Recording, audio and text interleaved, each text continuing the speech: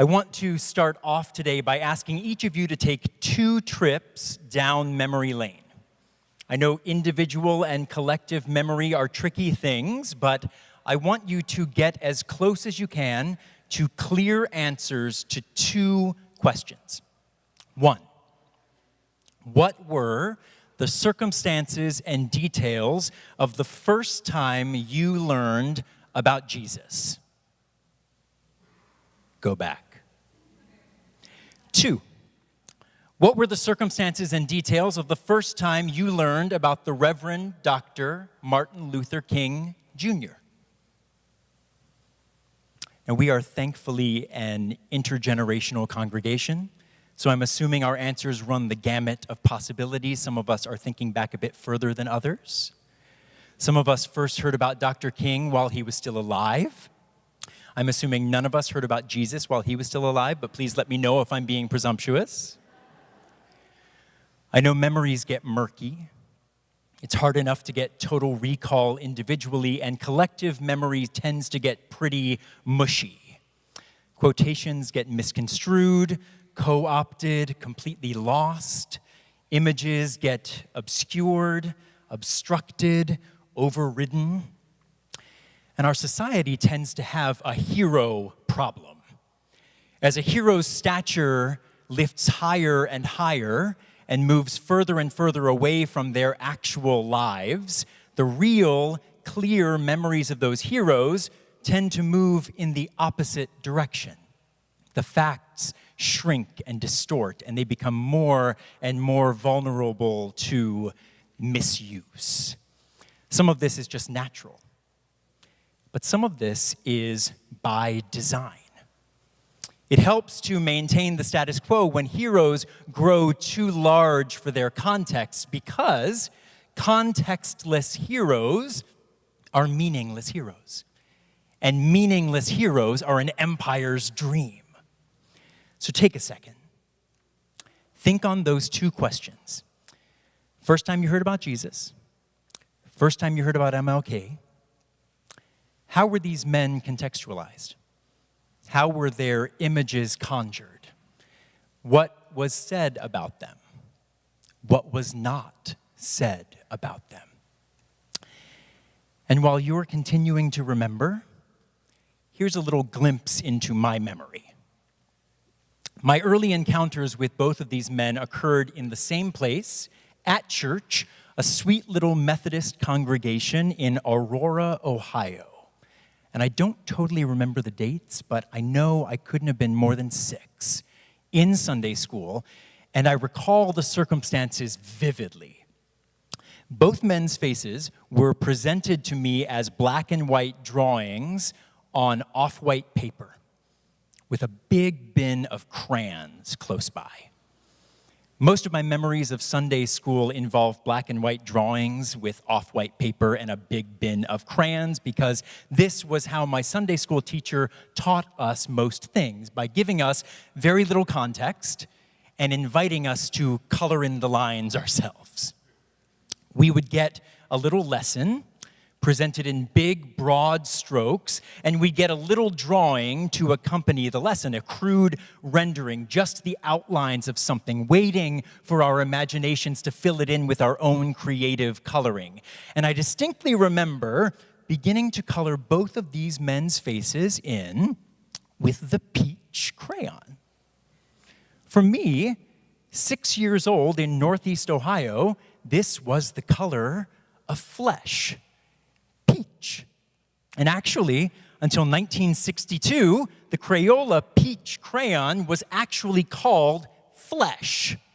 Until 1962, the same year that Dr. King was physically assaulted by a member of the American Nazi Party.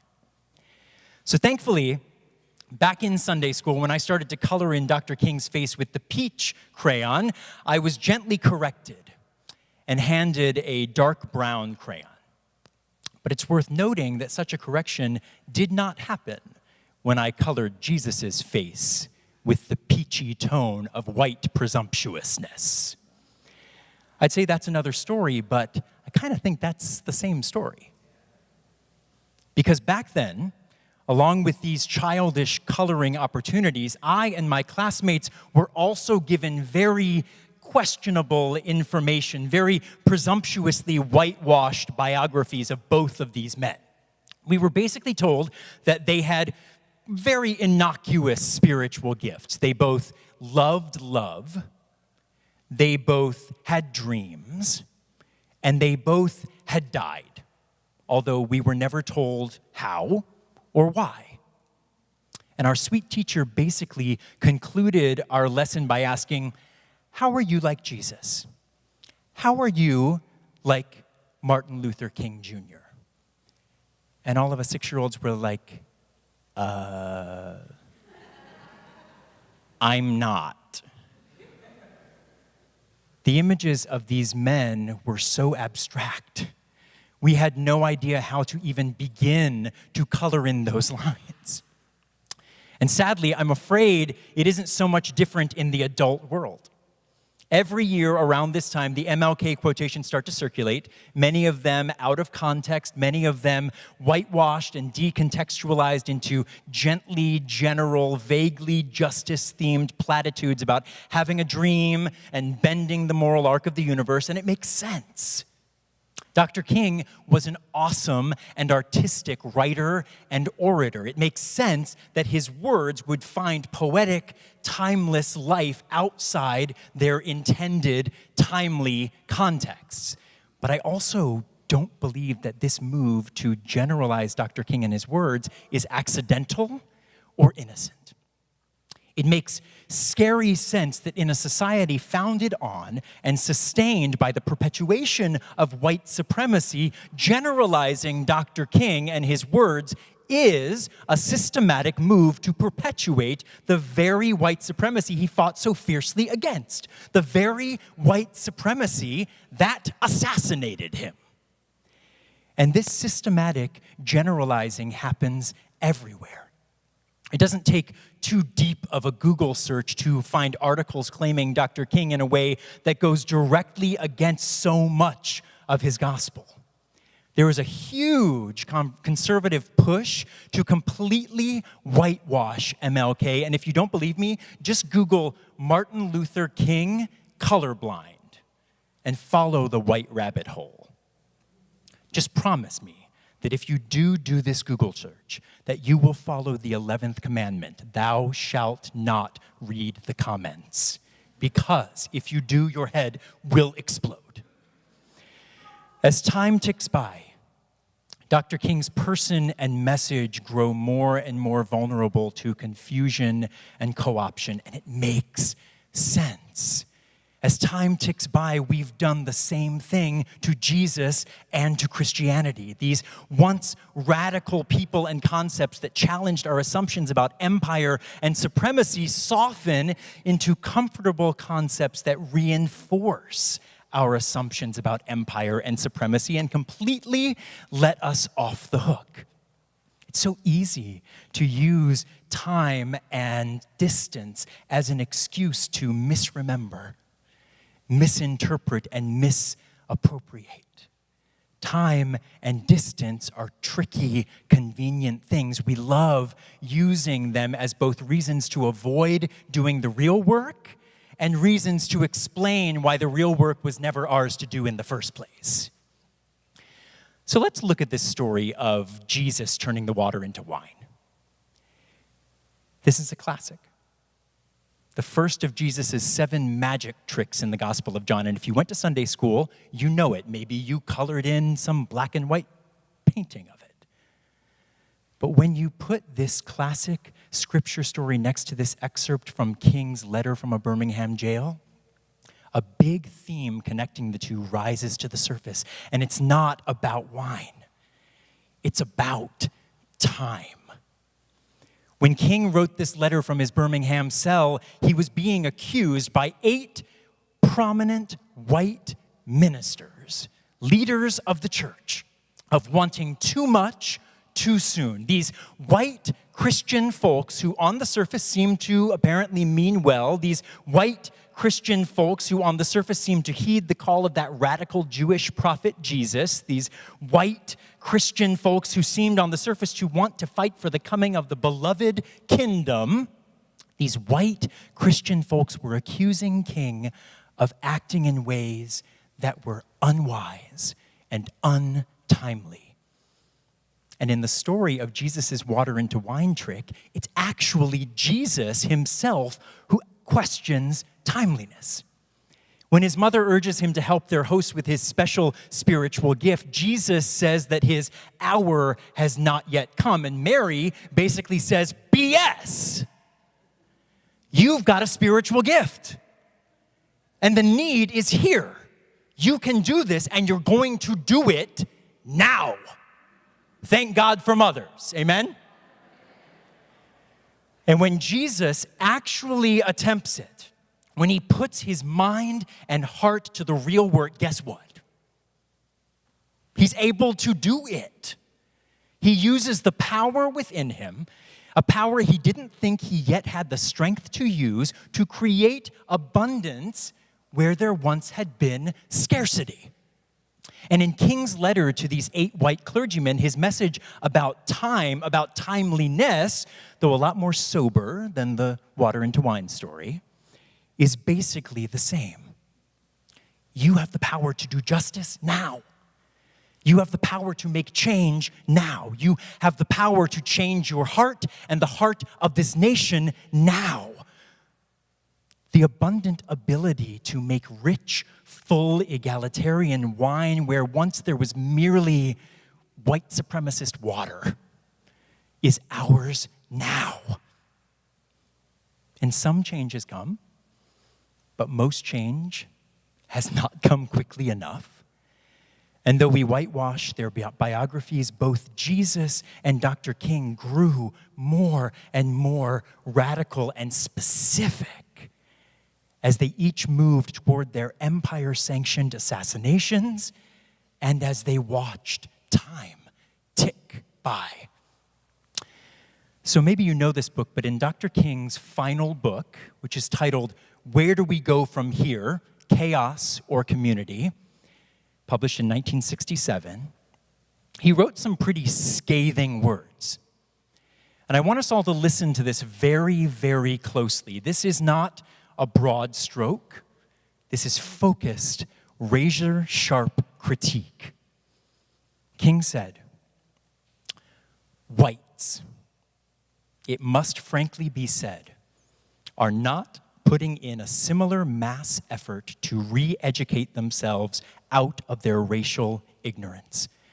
It is an aspect of their sense of superiority that the white people of America believe they have so little to learn. The reality of substantial investment to assist Negroes into the 20th century, adjusting to Negro neighbors, and genuine school integration is still a nightmare for all too many white Americans.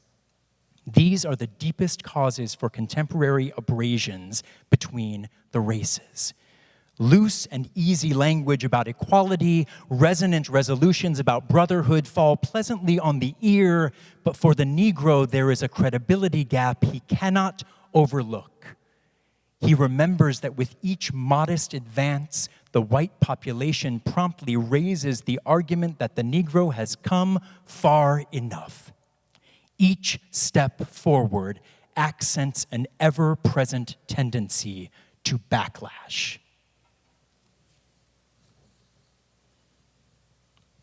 So this is King in 1967. This is 4 years after the I Have a Dream speech. And this is biting, fierce critique decrying the perpetuation of the comforts of white supremacy. And yes, essentially accusing even white, moderate people of preferring white supremacy to the actual urgent work of true racial and economic justice. Yes, King had a dream. Yes, it was for folks to be judged by the content of their character over the color of their skin, but no. A full 4 years after that dream speech, and a mere year before he was murdered by white supremacy, King did not see that dream coming true.